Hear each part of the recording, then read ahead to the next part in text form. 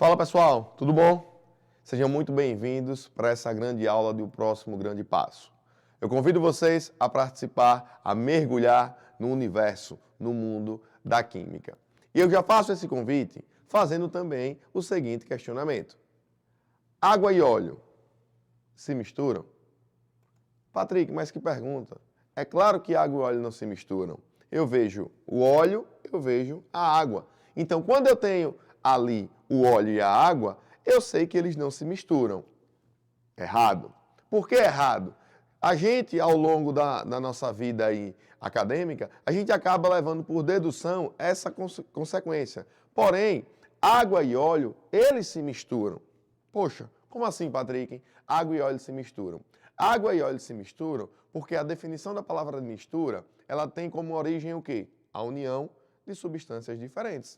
Substâncias diferentes, quando entram em contato, elas conseguem fazer dois tipos de misturas. Ou as misturas são com uma única fase, homogênea, ou as misturas possuem mais de uma fase. No caso, a água e o óleo, que é uma mistura heterogênea. Então, água e óleo se misturam, formam uma mistura heterogênea, porém, qual é a grande ressalva? Elas não interagem. As moléculas de água e as moléculas de óleo, elas não conseguem interagir entre si a ponto de formar uma única fase. E por que essas moléculas não interagem? É isso que a gente vai ver agora. A gente vai levar esse conteúdo que é de grande importância lá para a hora da prova. Você entender o porquê algumas moléculas se interagem e outras não. Entendendo isso, você começa a explicar N fatores relacionados ao nosso dia a dia. Então, por que essas moléculas interagem e por que essas moléculas não interagem? Na natureza, nós temos dois tipos de moléculas, as moléculas polares e as moléculas apolares.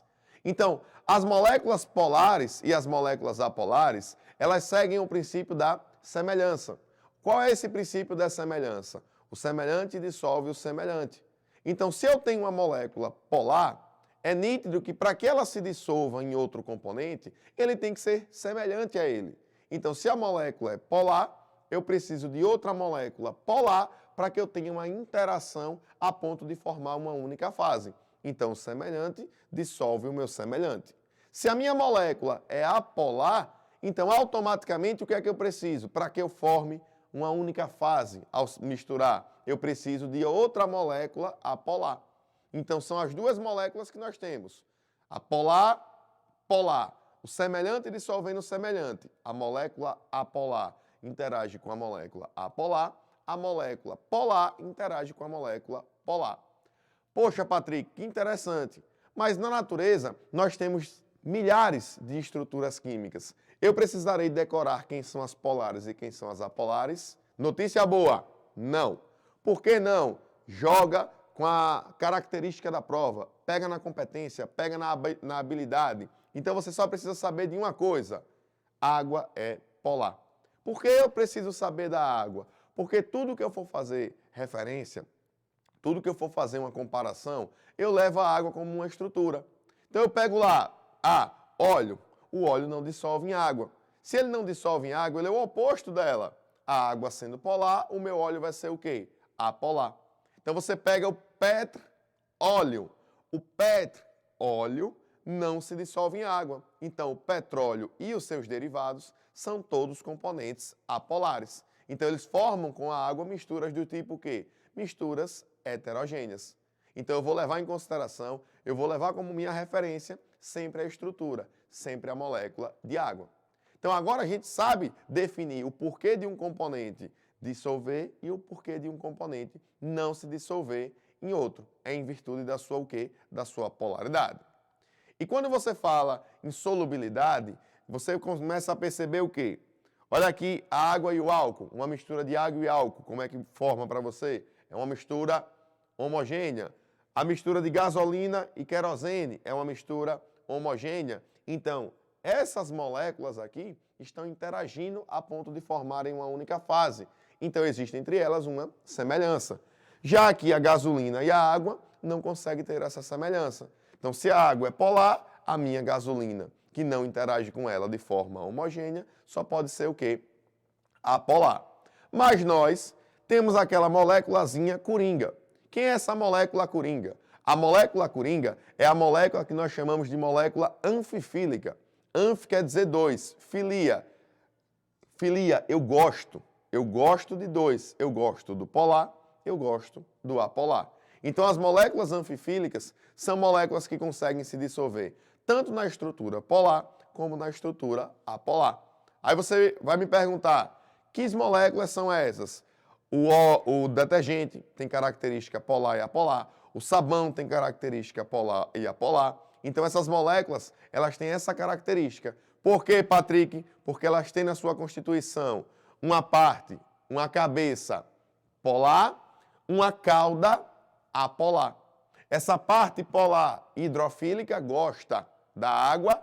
Essa parte apolar hidrofóbica tem medo da água. Quando eu faço a junção das duas partes, eu crio a molécula anfifílica, que se dissolve tanto no pó como no apolar. Então, essas moléculas anfifílicas, elas têm essa função. Elas têm a função de fazer a junção da parte polar com a parte apolar. E quando você fala de água também, é muito interessante que você leve o conceito do ciclo da água. Então, tudo que for de informação para a água, é importante vocês levarem. O que é o ciclo da água? O ciclo da água é esse ciclo que vocês observam aí na imagem. Vocês têm o quê? Transpiração, evaporação, condensação. Todo o ciclo da água ele envolve um único tipo de fenômeno, o fenômeno físico. Então, a água evapora, a água condensa, a água evapora, a água condensa. E tudo isso aí envolve o quê? Absorção e liberação de energia. Então, dentro do ciclo da água, a única coisa que eu terei são processos físicos de absorção e de liberação de energia. Minha água evapora, forma as nuvens. Minha água condensa, volta para o rio, volta para o mar, volta para o lago. E eu vou estar tendo sempre esse ciclo se renovando. Então, o ciclo da água, dos ciclos biogeoquímicos, é o único ciclo que envolve o quê? Processos físicos. Todos os outros, além de processos físicos, vocês também têm processos químicos. Outra ideia também muito presente para a água é a estação de tratamento de água. Eu não posso chegar lá não sabendo o que é uma estação de tratamento de água. Qual o propósito de uma estação de tratamento de água? Tratar a minha água. Eu vou pegar a água de um efluente, de um rio, essa água ela vem com uma cor, essa água ela vem com um cheiro, essa água ela vem com um gosto. Eu vou fazer o quê? Eu vou fazer processos químicos e físicos para que a minha água, ao ser distribuída para a população, ela chegue sem cor, sem gosto e sem cheiro. Então ela vai chegar com o status de água o quê? Potável. O que é a minha água potável? É a água que está dentro dos parâmetros para serem consumidas. Então a estação de tratamento de água ela tem essa função. A função de tratar a sua água a partir de processos químicos e físicos e deixar essa água disponível, potável para toda essa população. Informações referentes à água são informações de grande importância para a gente. Então, falou na prova, lembra, água é minha molécula-chave. Eu preciso de todas as informações possíveis sobre a água. Levando essas informações possíveis sobre a água, chega lá, tem atenção, tem paciência e tem calma. E gabarita aquela questão. Ok? Muito obrigado pela atenção, pessoal. Até a próxima.